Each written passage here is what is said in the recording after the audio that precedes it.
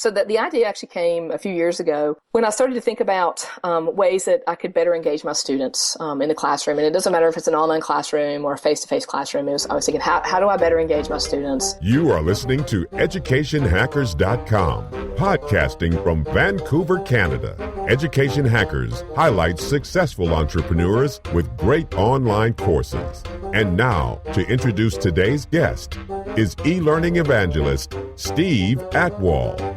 Today we are going to highlight another great resource for online course creators and instructors. We have with us Tiffany Reiss, who has 13 years experience in higher education as a professor, scholar, leader, and administrator, with extensive experience in course and curriculum development, both online and face-to-face, or F2F as she likes to call it.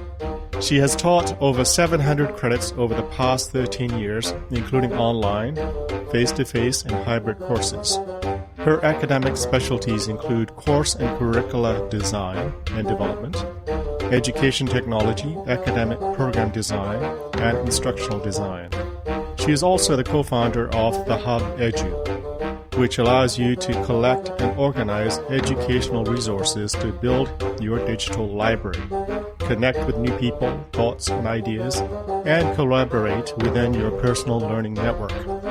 Tiffany, you have a great deal of experience in higher education, but before we dive into the TheHubEDU, tell us more about your non-business activities. You run half marathons, play tennis, do resistance training. You are a very physically fit specimen of a woman. Are you like the female version of Arnold Schwarzenegger? Have you ever said, "I'll be back," and sorted off? No, I haven't actually done that.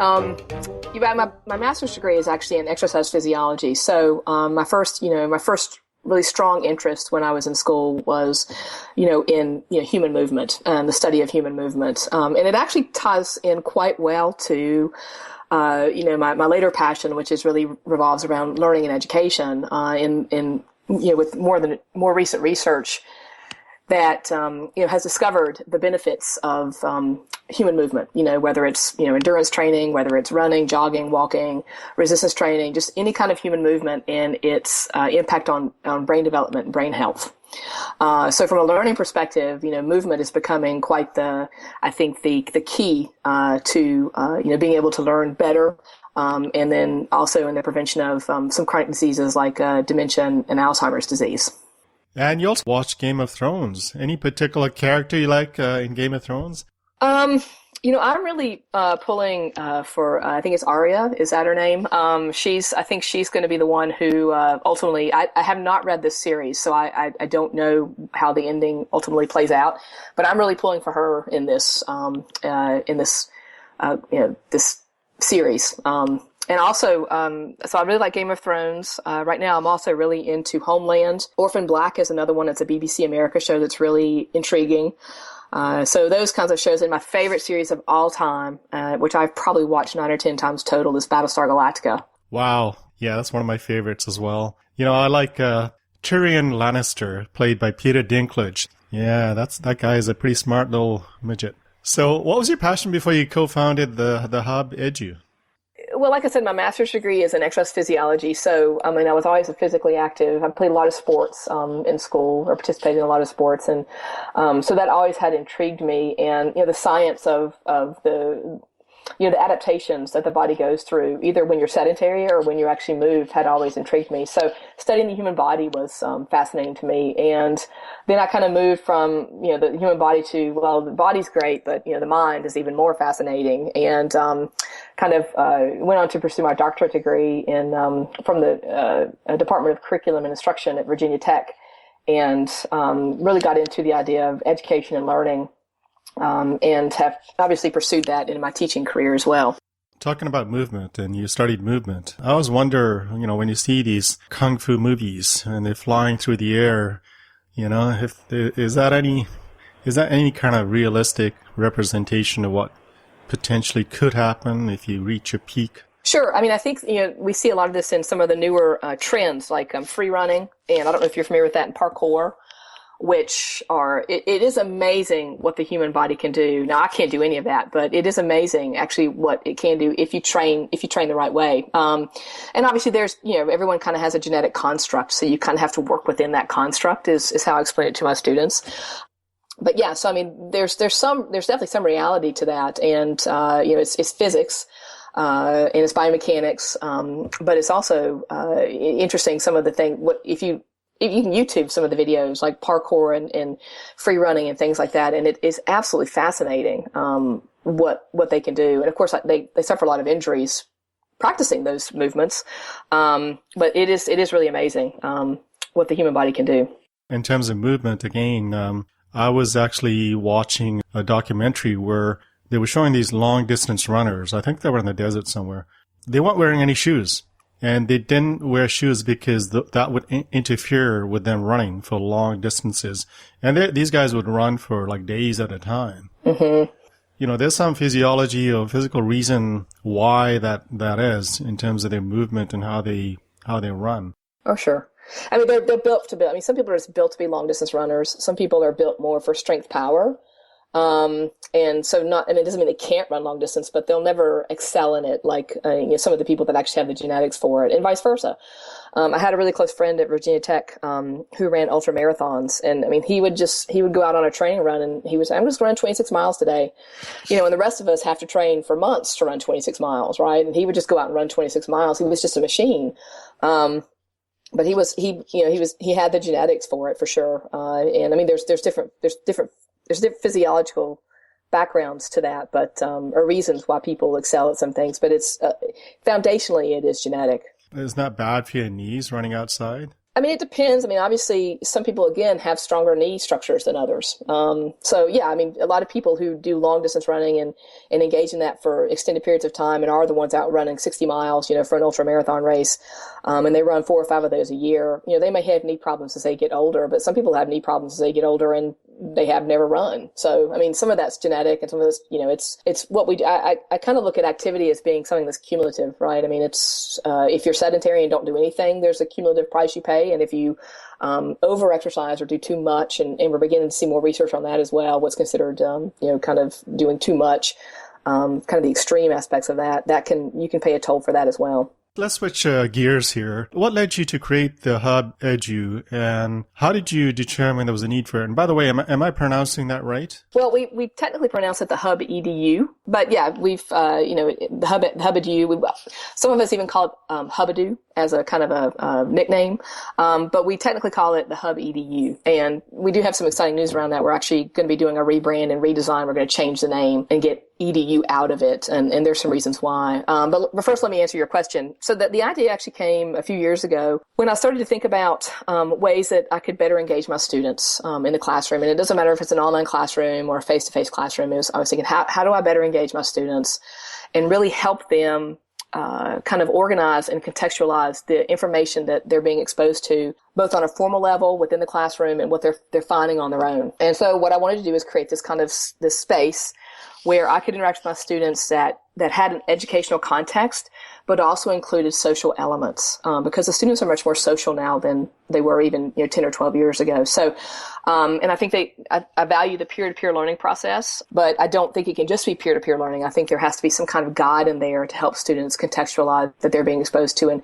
kind of give them a framework. So I really wanted to create this space that, again, had an educational context, but also included social elements. And it was also a space where students could interact with their peers, both within the classroom and beyond the classroom. I can interact with my colleagues around resources that are pertinent to learning. And that's really where the idea actually originated. So who is TheHubEDU for? Is it for teachers, students, both? It's for both. And one of the things that I really wanted to do here was again, find ways to engage students, better engage students in the learning process. And one of the ways to do that is to allow students to be able to build their digital library just like an instructor can. So I can actually model. I have my digital library, and it has lots of resources that are directly related to what we talk about in class, but then indirectly related as well. So I kind of model that behavior, and then the students can build their digital libraries as well, and then share those with others, classmates that they're currently in a class with, or, they can find individuals that just share their similar interests and kind of build a personal learning network around that as well. So non-teachers and non-students can also use the TheHubEDU? Yes. So that's one of the reasons we're actually going to go through the name change is a lot of people look at this and say, oh man, I could really use something like this. It's a great organizational tool, but I'm not in higher education, because they see the EDU at the end and they think it's only for higher education. So that's one of the reasons we're going to kind of rebrand the name and get EDU out of it, but still keep it learning focused, because it's for all learners, right? We're really about, all learners being able to interact with each other around content that's relevant to their learning needs or interest. And it doesn't have to just be individuals in higher education. So give us a bird's eye view of the TheHubEDU, including all the major features. Sure. So what we have right now is basically a space where anyone can build their digital library and organize content in a way that makes sense to them. We use a shelf mechanism to organize the resources, just like a physical library. Users can create public shelves, which anyone can access. They can create private shelves, which then they can lock down the content to individuals they just invite to follow that shelf. And then the users can also create community shelves where everyone that's following that shelf can add content to that. So public shelves, private shelves, community shelves.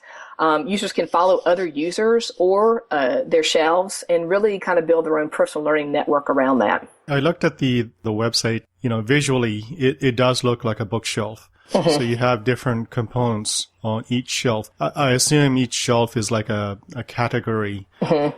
of content. Right. And then each individual item on the shelf could be a video or audio or any kind of material that somebody could consume. Right, correct. So can you create content inside the TheHubEDU, or is it more of a tool to collect and organize existing content online? Right now, it's more of a content management system, but we are going to move towards the ability to be able to at least collaborate, around a specific item or a piece of content, and build some of that in the ability to create some of your own content as well. So you should be able to eventually upload videos and documents? Well, you can actually do that already. So it's not just web-based. You can actually upload PowerPoints, PDFs, docs, your own videos, anything that you've actually created on your own. And a lot of instructors do that already. They put their PowerPoints on private shelves for their students to access. And, then they can ask questions around that content, or they can ask questions around those PowerPoints directly to the instructor, and the whole class can actually, read the response and see the question as well. Okay, that's good. So you can add your own content. That's excellent. But it doesn't let you create content within the platform itself. Not yet. That's fine. I mean, that's a good way to start off. In terms of Google Docs, a lot of teachers use Google Docs. Are there any hooks to Google Docs in this platform at the moment? Not currently. I mean, obviously you can link to your Google Doc on a shelf, and then you can access anyone, anyone can access that as well. But not specifically right now do we have any hooks specifically to any Google products. No, I was thinking more in terms of, say you go to Google Docs and you can, import some of the content. So rather than having a link, but to import the content into the TheHubEDU. But having a link is, just as useful. Yeah, so we're the import-export piece is coming. So how is content organized inside the TheHubEDU using the concept of bookshelves? Well, so a good example would be, the kind of my digital library where I've categorized information in a way that makes sense to me. So I have, I actually have an Alzheimer's shelf, which I've included, a lot of resources that discuss the development of the prevention of the theories and mechanisms around Alzheimer's disease. I also have like a biology shelf, a general biology shelf. I have a exercise physiology shelf, motor learning shelf, neuroscience shelf. So I can basically take, and what it really is I'm basically taking the information that I'm accessing, that I'm interested in, that I may or may not pull into a class, but I'm interested in it because I like to learn about it.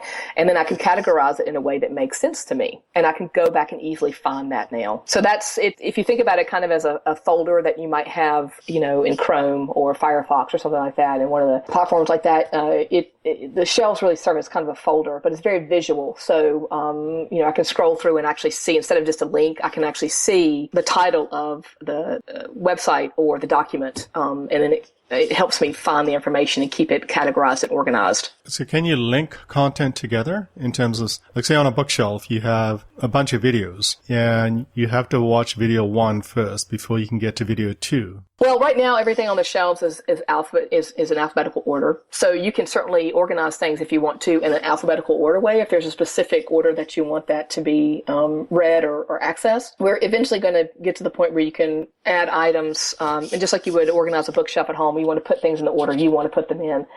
So right now, everything is in alphabetical order. So if it's like part 1, part 2, it organizes it naturally on the shelf that way. So if I'm a teacher or online course creator, can I lock down access to my content to only certain people? And if so, how? Sure. You can create a private shelf. And then invite people to follow that private shelf. And then the only people that have access to that content are you and the individuals you've explicitly invited to follow that shelf. So they have to be members of the TheHubEDU, and then you grant access to those particular members? Right. So in order to access a private shelf, you do have to create a profile on our site. Public shelves, you can just link to. And so people can access that without having to actually create a profile on our site. But the private aspect, yeah, you actually have to create a profile. Is there a way to charge a fee before allowing access to my protected content?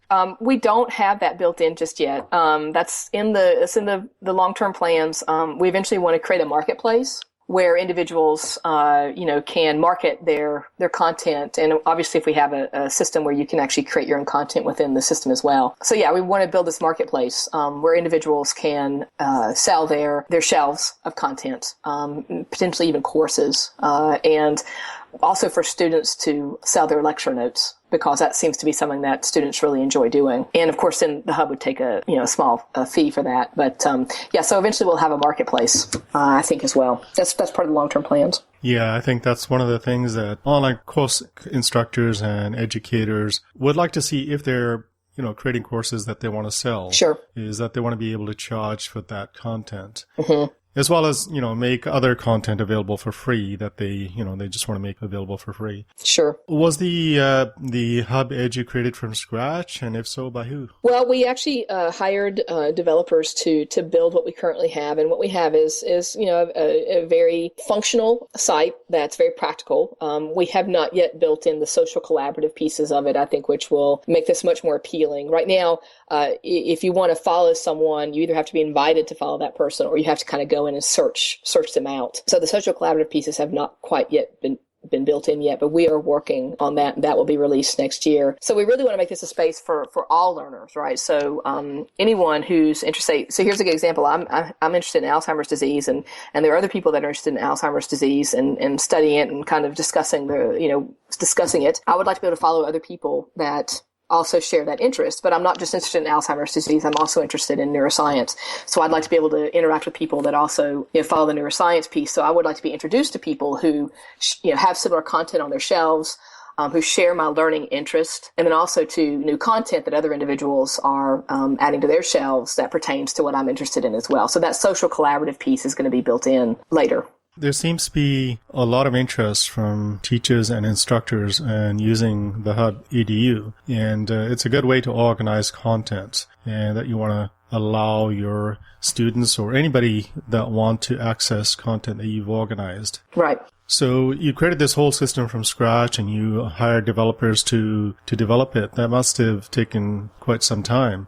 Just give us an example now of somebody using the TheHubEDU from beginning to end on how an instructor could potentially use it. Sure. There's so many different ways. It's hard to kind of narrow down because it really it relies mostly on the instructor's creativity and kind of how they want to use it. I mean, there's a lot of various applications on how this can be used. But some recent ones that I've seen on our site is, for example, a teacher. This was actually a face-to-face class, and the teacher actually had all the students on at once, and the teacher had created a community shelf, and they were actually doing a class project on homelessness. The students at the same time within the class infrastructure were actually searching resources online and then adding those to that community shelf. So when they finished that shelf, that creating that shelf around homelessness, each student had contributed at least one item, and they had discussed it both in class and then also within the infrastructure of the shelf as well. So there were some vibrant discussions that were going on around the content that the students were finding and adding to that shelf. And then when it was over, the class had their class project on homelessness, and now they can always go back and access that. That's one example. I think I've seen instructors use this with their students to actually have their students build their own digital library and and follow their classmates and then in dialogue around the content they're finding on their own that pertains to what they're talking about or the discussions that are taking place in the classroom itself. And so that can be online or face to face. Also, a lot of instructors create private shelves where they put their PowerPoints, they put all the resources that they want their students to access for a class. They organize it in a week by week fashion. So there's the PowerPoints, there's the PDFs, there's the relevant websites, there's the videos, TED Talks, whatever. And they organize that, and now students have access to that shelf, and they have access to that shelf forever of resources. And of course, then a student can ask a question, or they can dialogue around various pieces of content on that shelf. So I've seen instructors use that from that perspective as well. Any other additional exciting features that are going to be added short-term and long-term? Sure. So we just started working with a new local incubator in Seattle here called Clutch Collaborative. We're very excited to be working with them. They're providing us resources that are going to really help propel us, into working in building a site that works for all learning environments. So we kind of have this digital library aspect now, where it's basically content management. We will expand on that and build in the social collaborative aspects. I think we're going to probably get into some adaptive learning as well further down the road. And then there's the marketplace and those kinds of ideas as well. So we really want to be this community where all learners go to organize and categorize their information, access information that is new, access people that share similar interests, and make this a collaborative space, where you can dialogue around resources that are pertinent to your learning needs or interests. So we have some big long-term plans, and working within Clutch is really going to help propel us, forward with that. So we're really excited about that. So right now we hope to release the rebrand and the redesign. We need to really refine our site by the end of January or early February 2015. So that's our first goal, is the rebrand, redesign, and then we're going to work on the features and adding in the various aspects that really make this a social collaborative space for all learners and for all learning environments. One thing that I find really interesting when it comes to learning is gamification. I've talked to a lot of gamification experts online, and even sites that are not directly related to gamification, such as NaNoWriMo, where you get to write 50,000 words in 1 month. You challenge yourself to do that. And I took that challenge in 2013, and I wrote 50,000 words. And one of the things that keeps you going is that gamification aspect, because you're competing against not just people that are in your area, but also people in other cities, other countries, and you get points along the way. You keep track of how many words you've written that day, that week. And also they show you how many words other people have written in your city, in your country, and in other countries. So you're just trying even harder because you want to be number one. So when it comes to gamification, I think that'd be a really cool feature to add. Yeah, there are certain aspects of that, that we will build into this as well. And how that's going to look, we haven't quite decided yet. But yeah, I agree with you. Competition works for some people. It doesn't work for everyone. So I think our overall goal is to find, the best practices to support, the learning process. And for some people that is competition. For other people, they're more intrinsically motivated, so they don't need that competition. So I think we're gonna end up with, a site or a platform that ultimately supports learning and finds the best practices to better engage all learners, whether they need the gamification piece or not. Sounds exciting. Exciting new stuff coming down the line. What advice would you give to someone who knows very little about the TheHubEDU so that they can maximize their experience with it? Sure. It's really pretty. Anyone who's worked with a learning management system, or a content management system, anyone who's on Facebook or Twitter or, any of the popular social media sites, or Pinterest, this should come pretty easily. It really takes about 5 minutes to create a profile, create a couple shelves, and to add some content. It's so simple that some people will actually look at it and say it can't be this simple. But it really is that simple. There's ways that we can obviously refine that process, but it's really simple. It takes about 5 to 10 minutes to create a profile, organize some content, and it's a pretty simple process, especially if you've used any of the other sites where you can organize content or share content with other individuals. Tiffany, thank you for telling us all about TheHubEDU. It looks like a great service and resource for any online instructor. I encourage everyone to check it out. Thank you so much for being on the show. It has been a real pleasure speaking with you. Where can people reach you online? They can find me on LinkedIn, Facebook, Twitter. I have a Twitter account as well. So all of those, if they actually were to get on the Hub, which, again, thank you for this opportunity to chat about this. All that is within my profile. They can link directly to my LinkedIn, Twitter, and Facebook account. They can find me on any of those social media sites, and they can find me on the Hub too. So that's something they can access as well. And I'm a good example of kind of this digital library because I'm an avid reader. I have a varied interest, and you can kind of look at my shelves and see how things are organized and categorized. Thanks for listening to Education Hackers. Check out the show notes and click the Love It button at educationhackers.com to send us some iTunes love. Until next time.